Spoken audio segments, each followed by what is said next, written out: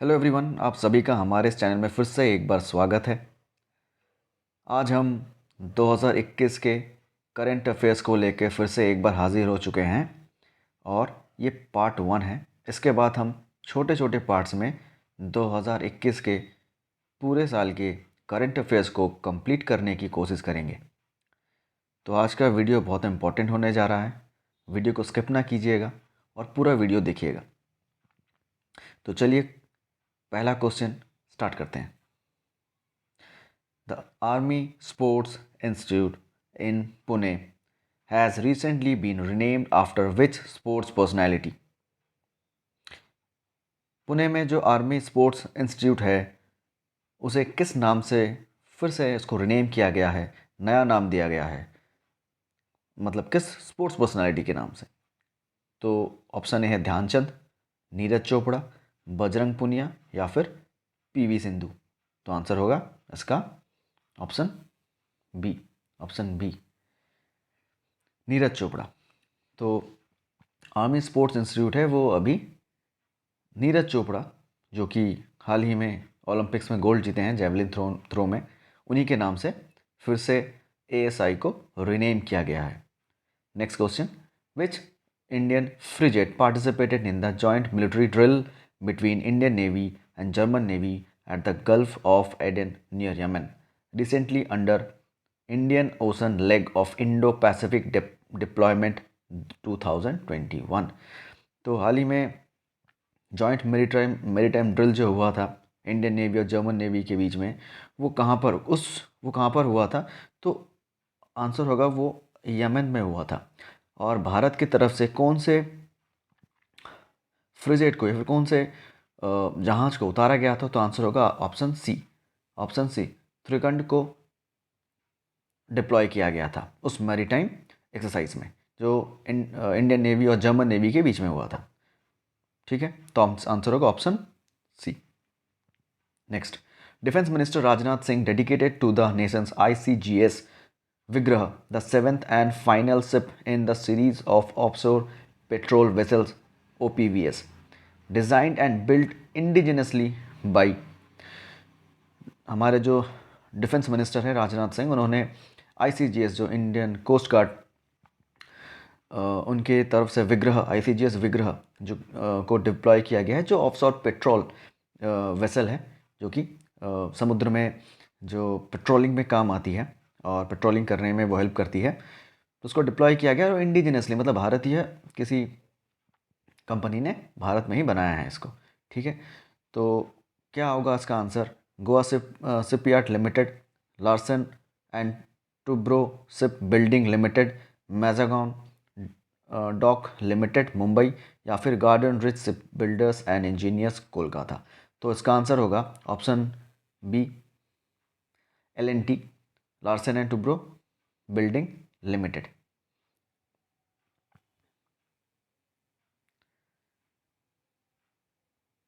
चलिए next, the national sports day is observed in India to mark the birth anniversary of which Indian sports person?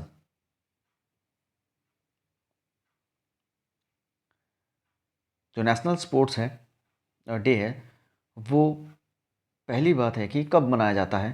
तो उसका answer होगा 29 अगस्त। हर साल 29 अगस्त को national sports day मनाया जाता है। अब जो क्वेश्चन पूछा गया है कि किस स्पोर्ट्स पर्सनालिटी के नाम पर या फिर बर्थ एनिवर्सरी पर ये नेशनल स्पोर्ट्स डे मनाया जाता है हर साल, तो आंसर होगा ऑप्शन डी, मेजर ध्यानचंद। ठीक है, बहुत सिंपल सा क्वेश्चन था। Next, India has been elected as the member of council of administration and postal operation council of the universal postal union, in which place is the headquarters of UPU located? तो हाल ही में Bharat council of administration और postal operation council में member बना है। तो पूछा गया है कि ये UPU जो है यूनिवर्सल पोस्टल यूनियन, इसका हेडक्वार्टर कहाँ पर है? तो आंसर होगा ऑप्शन सी, ऑप्शन सी। तो ये है बर्न स्विट्जरलैंड में इसका हेडक्वार्टर है। नेक्स्ट,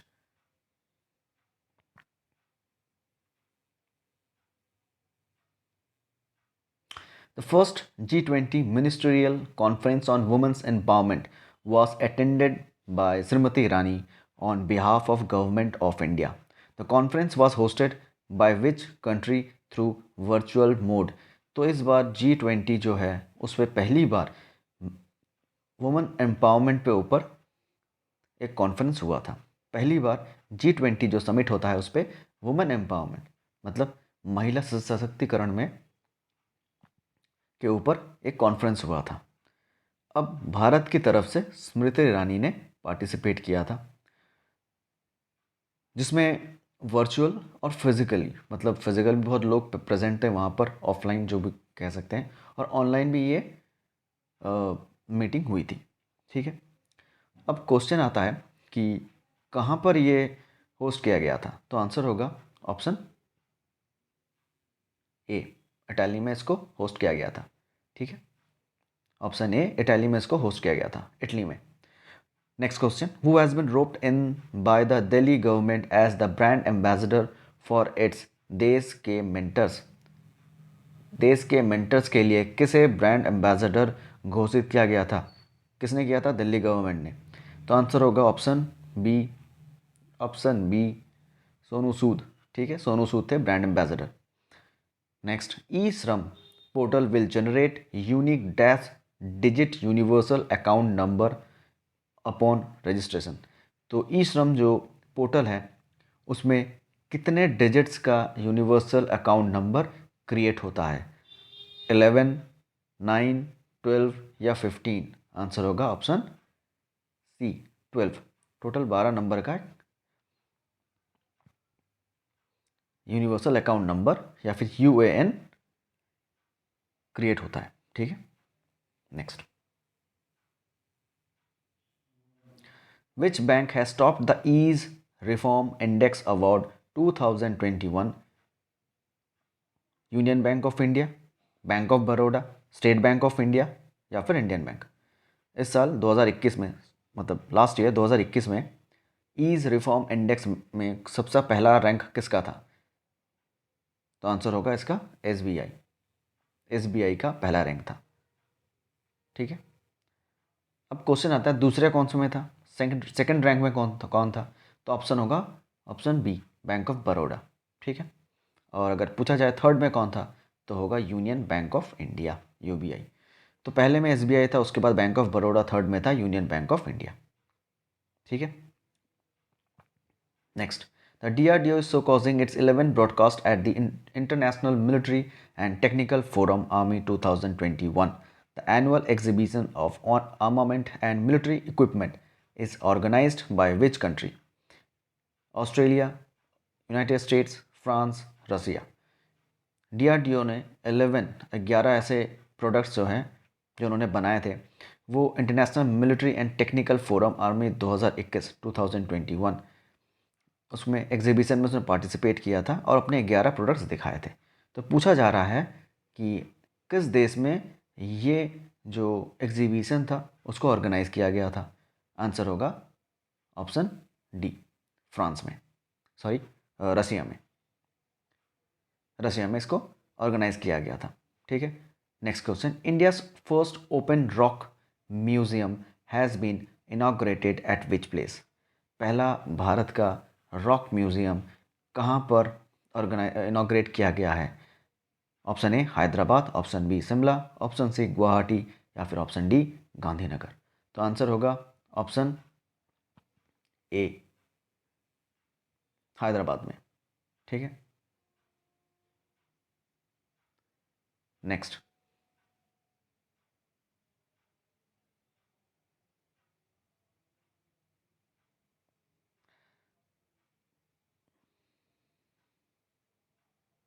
सॉरी दोस्तों, इसमें मैंने गलत आंसर बोल दिया है। ये आंसर हैदराबाद नहीं, सी होगा, गुवाहाटी होगा। गुवाहाटी में इसको जो इंडियन रॉक म्यूजियम है पहला जो है वो गुवाहाटी में हुआ था। वेरी सॉरी, माफ़ी चाहता हूँ, ऑप्शन सी होगा। Next, The multinational exercise Sea Dragon 2022, comprising 6 Indo-Pacific nations including India, has been held at which place? जो इंडियन नेवी और अदर्स जितनी कंट्रीज़ हैं, मल्टीनेशनल एक्सरसाइज है, वो हुआ था सी ड्रैगन, नाम था उसका सी ड्रैगन 22, जिसमें इंडिया ने, भारत ने भी पार्टिसिपेट किया था। तो वो कहाँ पर हुआ था? Option A Northern Mariana island, option B Puerto Rico, option C Guam, या option D US Virgin Islands. तो आंसर होगा option C, option C Guam में हुआ था। ठीक है, ये ऑप्शन सी में ऑप्शन होगा, ऑप्शन सी।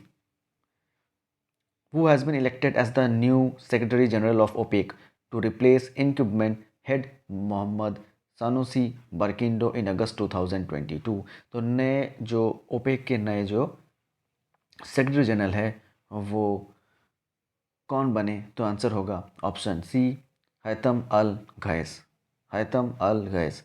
ये ऑप्शन सी ऑप्शन होगा, आंसर होगा ऑप्शन सी। चलिए next, which insurance company has launched the awareness campaign बहाने छोड़ो टैक्स बचाओ? किस इंश्योरेंस कंपनी ने नया जो अवेयरनेस कैंपेन है वो लॉन्च किया है, बहाने छोड़ो टैक्स बचाओ? तो इसका आंसर होगा option D, option D SBI general insurance. ठीक है, एसबीआई जनरल इंश्योरेंस का आंसर है, एसबीआई जनरल इंश्योरेंस ने बहाने छोड़ो टैक्स बचाओ ये जो अवेयरनेस है कैंपेन जो है वो लॉन्च किया है। नेक्स्ट,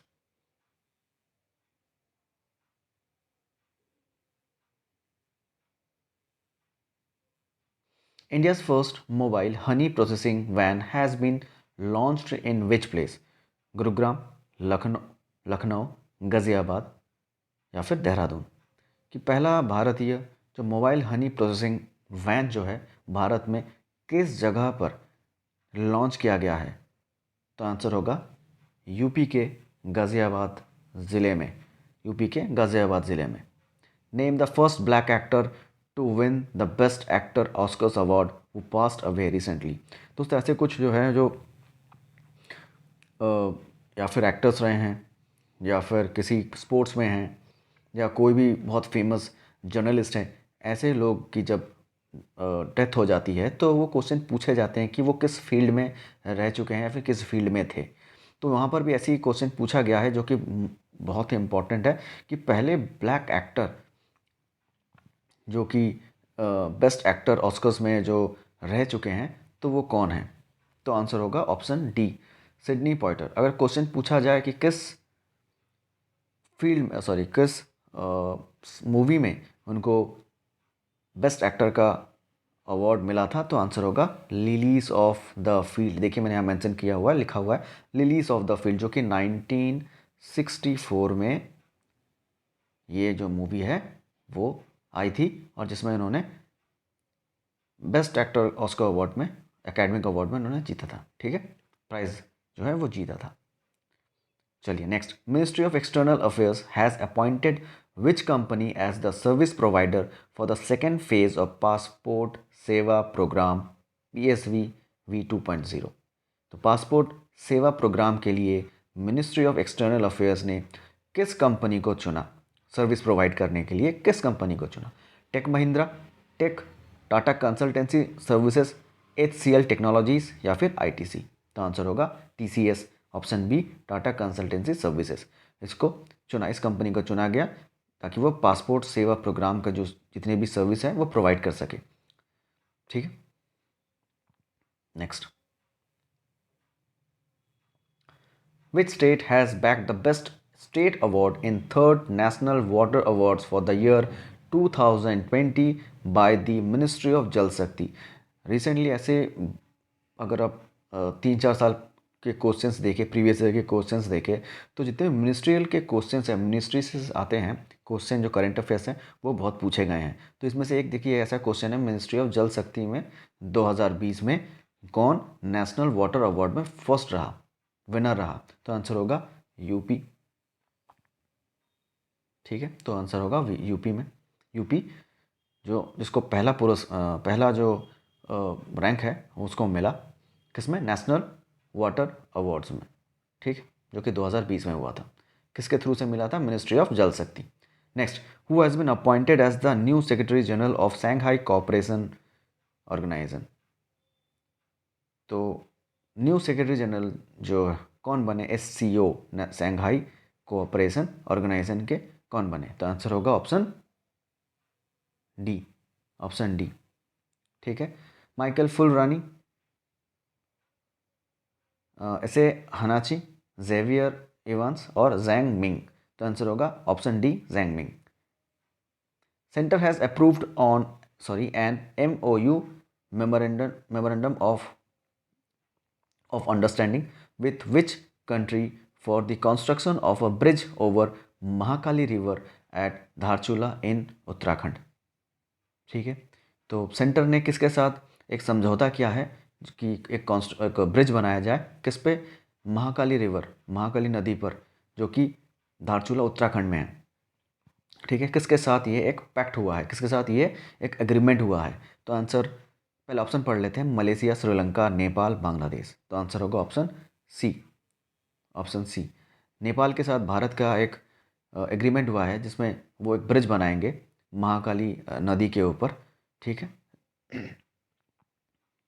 अब दूसरा इसमें से एक और क्वेश्चन है कि ये जो महाकाली रिवर है इसका सोर्स क्या है? ये कहाँ, ये नदी कहाँ है, वहाँ मिलता है? तो ये नदी जो है वो उत्तराखंड में है, जिसमें काला पानी जो पर्वत है, पहाड़ है, वहीं से इसका सोर्स जो है, वहीं से इसका मिलता है। किस नदी का? महाकाली रिवर का। ठीक है, next, which state has been named as the host for the national youth festival 2022। तो 2022 का नेशनल यूथ फेस्टिवल कहाँ पर हो रहा है? तो आंसर होगा ऑप्शन बी, पुडुचेरी में। ठीक है, ऑप्शन बी, पुडुचेरी में इसको ऑर्गेनाइज किया जाएगा, इसको होस्ट किया जाएगा। ठीक है, next, PM Modi has recently inaugurated a new campus of Chittaranjan National Cancer Institute CNCI in which city? Kolkata, Mumbai, Lucknow, Delhi.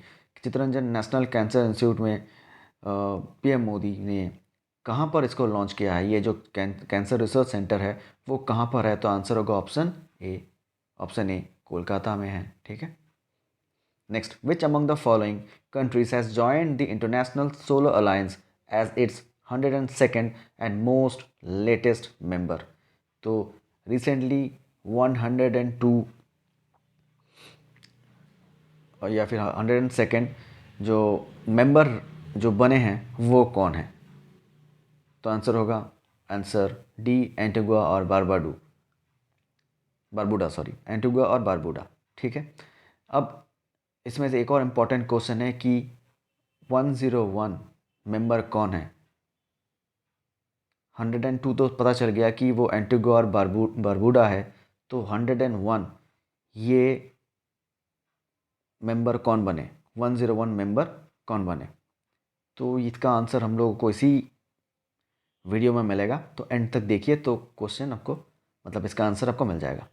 चलिए next, in case of assembly constituencies poll in big cities what is the new expenditure limit defined for the candidates by the election commission? जो election commission है उन्होंने बड़े शहरों में के लिए कितने जो लिमिट किया गया, कितने इलेक्शन के लिए कितना खर्चा कर सकते हैं, उसका एक लिमिट बनाया गया है। इलेक्शन कमीशन ने एक लिमिट किया है, तो वो कितना है? तो अगर बड़े शहरों की बात करें कि बड़े शहरों में कितना खर्चा कर सकते हैं चुनाव के लिए, कितना एक्सपेंडिचर का एक लिमिट, एक कैप दिया गया है कि उससे ज़्यादा ना हो पाए, उससे ज़्यादा नहीं होना चाहिए, मैक्सिमम आप कितना खर्चा कर सकते हैं। तो अकॉर्डिंगली बिग सिटीज़ में, अकॉर्डिंग टू इलेक्शन कमीशन, बड़े शहरों में करीब 40 लाख तक आप खर्चा कर सकते हैं। ठीक है, ये पहले था 28, वहाँ से बढ़ाकर 40 लाख किया गया है। तो बड़े शहरों में आप 40 लाख खर्चा कर सकते हैं और छोटे शहरों में आप 28 लाख खर्चा कर सकते हैं। तो आपको याद रखना है कि बड़े शहरों में 40 लाख और छोटे शहर में पूछा जाए तो 28 लाख। चलिए next, name the Indian who has been given the charge as the chair of United Nations Security Council Counter Terrorism committee for 2022। 2022 में united nation security council counter terrorism committee का हेड कौन बना? हर्षवर्धन श्रृंगला, विकास स्वरूप, टी.एस. त्रिमूर्ति या फिर Syed Akbaruddin? Answer होगा option C, T S. Tirumurti. ये बने UN secretary council counter terrorism committee 2022 के हेड। Victor Senev, who has passed away recently, was the 3-time Olympic medalist in which sports? मैंने अभी एक क्वेश्चन बताया था जिसमें सिडनी पॉइटर का नाम बताया था, तो उसी तरह मैंने कहा था उसमें, जस्ट मैंने थोड़ी देर पहले ही मेंशन किया था कि ऐसे जितने भी जो लेजेंड्स हैं या फिर जो भी ऐसे महान जो खिलाड़ी हैं या फिर जो सेलिब्रिटीज़ रहे हैं, चाहे वो क्रिकेट में हो, फुटबॉल में हो, किसी भी स्पोर्ट्स में हो या फिर मूवीज़ में एक्टर्स हो, जर्नलिस्ट हो, तो उनके डेथ पर जब वो उनकी डेथ हो जाती है तो इसके रिलेटेड क्वेश्चन पूछे जाते हैं वो किस फील्ड में हैं थे। तो विक्टर सेनेव जो है उनको वो 3-टाइम ओलंपिक मेडलिस्ट है, रह चुके हैं। तो वो रिसेंटली उनकी डेथ हुई है, वो पास्ट अवे। तो वो किस स्पोर्ट्स में थे? तो आंसर होगा ट्रिपल जंप में थे, ऑप्शन सी, ट्रिपल जंप में थे। Next, the Ramnath Goenka award are presented annually in India for excellence in which field? Science and technology, literature, sports, journalism? Ramnath Goenka award जो है वो किस फील्ड में मिलता है? तो आंसर होगा ऑप्शन डी, जर्नलिज्म में। ठीक है, रामनाथ गोयनका जो अवार्ड है वो जर्नलिज्म में आपको मिलता है। ठीक है, जो जर्नलिज्म जो जर्नलिस्ट हैं उनको ये पुरस्कार है वो रामनाथ गोयनका पुरस्कार से नवाजा जाता है। Next, captain Harpreet Chandi has become the first woman to complete a solo expedition to the South Pole. The Indian origin is a Sikh army officer in which country? बहुत इंपॉर्टेंट क्वेश्चन है, इसको याद रखिएगा कि कैप्टन हरप्रीत जो चंडी है वो पहली महिला बनी जिन्होंने साउथ पोल में एक्सपीडिशन, साउथ पोल में जो जा चुकी हैं। ठीक है, ये एक सिख आर्मी ऑफिसर है, पर किस देश से है? इंडियन ओरिजिन है, भारत की ओरिजिन है, लेकिन ये किस कंट्री की, किस देश की आर्मी ऑफिसर है? यूनाइटेड किंगडम, फ्रांस, जर्मनी या फिर यूनाइटेड स्टेट्स? तो आंसर होगा यूके, ये यूके की आर्मी ऑफिसर है। ठीक है, इंपॉर्टेंट क्वेश्चन है। Next, prime minister Modi has inaugurated the new integrated terminal building of Maharaja Vir Vikram airport. तो महाराजा वीर विक्रम एयरपोर्ट को इनॉग्रेट किया है हमारे प्राइम मिनिस्टर मोदी ने। In which state is this airport located? तो ये जो एयरपोर्ट है वो कहाँ पर है? तो आंसर होगा ऑप्शन ए, त्रिपुरा में है ये। ठीक है, ऑप्शन ए, त्रिपुरा में ये एयरपोर्ट नया इनॉग्रेट किया गया है। चलिए next, RBI has given the status of schedule bank to the Airtel Payment Bank. Which schedule in the Reserve Bank of India Act 1934 gives this status to banks? First, second, third, fifth? RBI ने हाल ही में Airtel payment bank को schedule bank का दर्जा दिया है। तो question है, ये आरबीआई बैंक, आरबीआई मतलब जो आरबीआई एक्ट है वो किस एक्ट के द्वारा इस एयरटेल पेमेंट बैंक को शेड्यूल बैंक का दर्जा दिया है? तो आंसर होगा ऑप्शन 2 या फिर बी। ठीक है, ऑप्शन बी या फिर 2। सेकेंड, आरबीआई एक्ट 1934 के द्वारा एयरटेल पेमेंट बैंक को शेड्यूल बैंक का दर्जा दिया गया। Zircon is a hypersonic cruise missiles being developed by which country? हाल ही में सिरकॉन या फिर जिरकॉन हाइपरसोनिक क्रूज मिसाइल है, किस कंट्री ने डेवलप किया है? तो आंसर होगा ऑप्शन डी, रशिया ने। ठीक है, रशिया ने। Next, Indian social worker Sindhutai Sapkal who has passed away recently was fondly referred as women of peace, iron lady of India, mother of orphans या फिर लायनेस ऑफ मराठा? महाराष्ट्र की रहने वाली सिंधुताई सबकल, जिनको 2021 में पद्मश्री से नवाजा गया था, वो उनकी डेथ होगी, इसी साल उनकी डेथ होगी 2022 में 6 जनवरी को एक्सक्यूज मी 6 जनवरी को उनकी डेथ होगी। तो उनको किस नाम से पुकारा जाता है, किस नाम से जाना जाता है? Women of peace, iron lady of India, mother of orphans, या फिर लायंस ऑफ मराठा? तो आंसर होगा option C, mother of orphans से नवाजा जाता है। बहुत इंपॉर्टेंट क्वेश्चन है, ठीक है। तो उनका एक और एक्स्ट्रा क्वेश्चन इससे मिल गया कि 2021 में उनको एक्सक्यूज मी पद्मश्री से नवाजा गया था। Next, name the world first company which has recently hit $3 trillion market cap. विश्व की पहली कंपनी जिसने 3 ट्रिलियन मार्केट जो है कैपिटल बनाया है। 3 ट्रिलियन मार्केट कैपिटल जो पहले किसी ने नहीं बनाया था। ये $3 ट्रिलियन जो है ये पहली किसी कंपनी ने नहीं बनाया है। तो पहली कौन सी कंपनी है भारत की, सॉरी वर्ल्ड की, जिन्होंने इतना बड़ा जो कैपिटल है वो बनाया है? एप्पल, सैमसंग, माइक्रोसॉफ्ट या अमेजोन? आंसर होगा एप्पल, ऑप्शन ए। एप्पल ने ये पहली कंपनी जिसने 3 ट्रिलियन जो डॉलर मार्केट कैपिटल बनाया है। अब एक छोटा सा इन्फॉर्मेशन है दोस्तों, ऐसे ही बस आपसे शेयर कर रहा हूँ। स्टीव जॉब्स जो कि एप्पल के जो फाउंडर रहे हैं, एक वक्त ऐसा था जब उन्होंने अपनी कंपनी को बढ़ाने के लिए अपने पहली जो बाइक थी उसको बेच दिया था, ठीक है। वो हालत थी उस कंपनी की। तो सोचिए, हर एक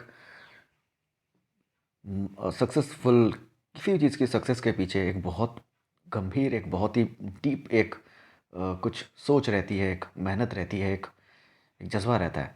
तो ये 3 ट्रिलियन जो डॉलर है, ये मार्केट कैपिटल है, ये बनाना उतना आसान नहीं है।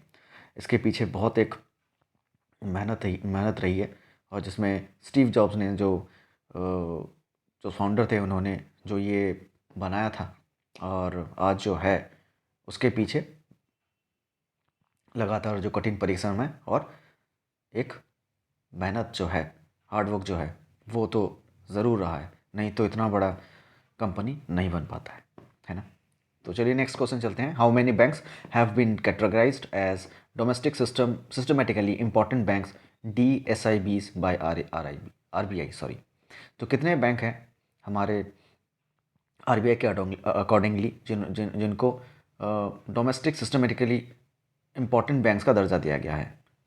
4, 3, 2 या फिर 5? आंसर होगा ऑप्शन 3। तो देखिए, मैंने यहाँ पर लिखा ही है कि RBI, reserve bank of India, has retained state bank of India, ICICI bank and HDFC bank as domestic systemically important bank, ठीक है। तो इन तीनों बैंक को डोमेस्टिक सिस्टमेटिकली इंपॉर्टेंट बैंक्स का दर्जा दिया गया है, ठीक है। Next, ONGC has roped in first female as the CMD of the company on an interim basis. Name the new interim CMD। तो पहली जो मैनेजिंग डायरेक्टर है ONGC की, जो पहली महिला मैनेजिंग डायरेक्टर बनी, कौन है? रिसेंटली बहुत ही ये हिट हुई थी, बहुत फेमस हुई थी। तो बताइए ये पहली कौन सी महिला है? यार बहुत इंपॉर्टेंट क्वेश्चन भी है, क्योंकि पहली महिला बनी थी, ठीक है। ONGC की पहली महिला MD बनी।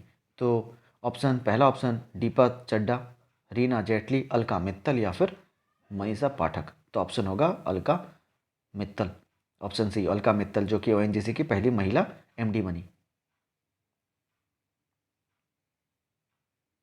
चलिए next, the Indian navy will conduct the multinational naval exercise Milan in February 2022 at which place? ठीक है, इंडियन नेवी ने 2022 में फरवरी 2022 में एक एक्सरसाइज रखा है, नाम रखा मेलान, जो मल्टीनेशनल एक्सरसाइज है। अब वो कहाँ पर होने जा रहा है फरवरी 2022 को कहाँ पर होने जा रहा है? पणजी, विशाखापत्तनम, पोर्ट ब्लेयर या फिर कोची? ऑप्शन होगा ऑप्शन बी, विशाखापत्तनम में ये स्टार्ट होने जा रहा है फरवरी 2022 को, ठीक है। Abdalla Hamdok has recently resigned as the prime minister of which country? Rwanda, Turkey, Sudan, Somalia? Abdalla Hamdok, जो कि ऑप्शन सी मतलब सूडान के रहने वाले थे। सूडान के जो प्राइम मिनिस्टर थे, उन्होंने रिसेंटली रिज़ाइन किया गया है, अपने पोस्ट से रिज़ाइन किया हुआ है। Ministry of Education has recently announced a new initiative to provide the best developed B.Ed tech solutions and courses to students on a single platform. What is the name of this solution? Ministry of Education, Bharat की जो ministry of education जो department है, उन्होंने recently एक नया developed educational technology जो है वो बनाया है, और उस प्लेटफॉर्म का क्या नाम है ये पूछा गया है। तो आंसर होगा निपुण 3.0, प्रगति 3.0, सरथाक 3.0 या फिर नीट 3.0। तो आंसर होगा option D, NEET 3.0। Option D, NEET 3.0। ठीक है। Title sponsor IPL 2022, important. जो टाइटल स्पॉन्सर है IPL 2022 के, वो कौन है? वीवो, ओप्पो, टाटा या फिर जियो? तो ऑप्शन होगा ऑप्शन सी। ठीक है, टाटा बने टाइटल स्पॉन्सर IPL के 2022 के टाइटल स्पॉन्सर। नेक्स्ट,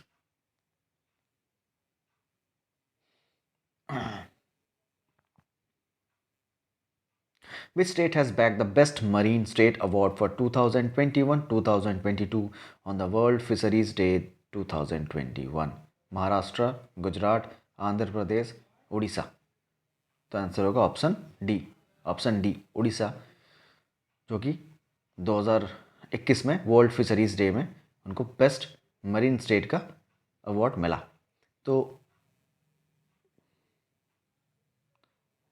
बालासोर, ठीक है, जो बालासोर डिस्ट्रिक्ट है, वो उड़ीसा का जो बालासोर डिस्ट्रिक्ट है उसको best district for marine state और उड़ीसा को बेस्ट स्टेट का जो अवार्ड है वो मिला। ठीक है। अब अगर क्वेश्चन अगर थोड़ा डेप्थ में पूछा जाए कि उड़ीसा के किस डिस्ट्रिक्ट में, तो आंसर होगा Balasore. Next, name the winner of the Tata literature life time achievement award for 2021? Anita Desai, Arundhati Roy, Vikram Seth, Salman Rushdie. तो 2021 में 2021 के Tata literature life time achievement award के लिए अनीता देसाई या फिर ऑप्शन ए इनको मिला। ठीक है। Next, which state has been adjudged as the best inland state of fisheries on the occasion of the World Fisheries Day? देखिए, अगर बेस्ट मरीन स्टेट कहा जाए तो ऑप्शन होगा उड़ीसा। अगर क्वेश्चन पूछा जाए कि इनलैंड स्टेट अगर पूछा जाए तो आंसर होगा ऑप्शन ए, तेलंगाना। अब दोस्तों, ये इनलैंड क्या है? इनलैंड ऐसा एक जगह जो कि बाकी शहरों से घिरा हुआ है। ठीक है, जो कि शहरों से घिरा हुआ है। तेलंगाना जो है वो शहरों से घिरा हुआ है, बाकी लैंड से घिरा हुआ है। ठीक है, उसका हर जगह क्या है? सिर्फ लैंड है, कोई वाटर या फिर कोई समुद्र नहीं है। ठीक है, तो उसे कहते हैं इनलैंड स्टेट। तो ऐसा स्टेट जो है जो कि वर्ल्ड फिशरीज डे में बेस्ट इनलैंड स्टेट बना, तो आंसर होगा ऑप्शन ए, तेलंगाना। ठीक है। Next, which player has won men single title at 2021 Indonesia masters badminton tournament? हाल ही में हुए men single title 2021 Indonesia master badminton tournament के विजेता कौन रहे? तो आंसर होगा option B, Kento Momota. Kento Momota, option B होगा केंटो मोमोटा, जो कि इंडोनेशिया मास्टर्स बैडमिंटन टूर्नामेंट के विनर रहे। ठीक है।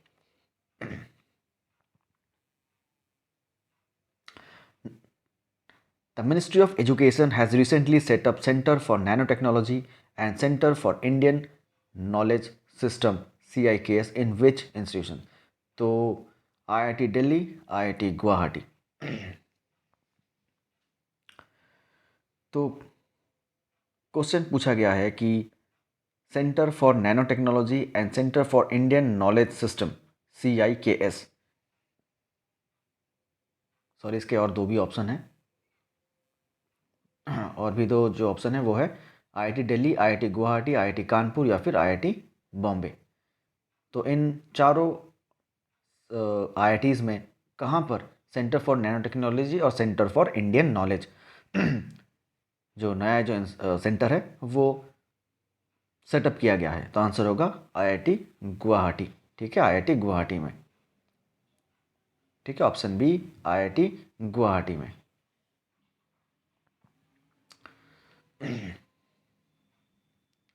तो चलिए दोस्तों, आज के लिए इतना ही। फिर से हम मिलेंगे। बाकी के जितने भी क्वेश्चंस हैं, ठीक है, वो हम लोग नेक्स्ट दिन सॉल्व करेंगे। ये तो पार्ट 1 था, बहुत सारे क्वेश्चंस हैं, उनको सॉल्व करते टाइम लग जाएगा। तो आज इतना ही। ठीक है, इन क्वेश्चंस को आप लोग देखिएगा, सॉल्व कीजिएगा, और उस वीडियो को अच्छा लगे तो ज़रूर लाइक कीजिए, कमेंट कीजिए और शेयर कीजिए ज़रूर। ठीक है, और नेक्स्ट पार्ट बहुत जल्दी आ जाएगा। तब तक के लिए इतना ही। बहुत बहुत धन्यवाद आपका।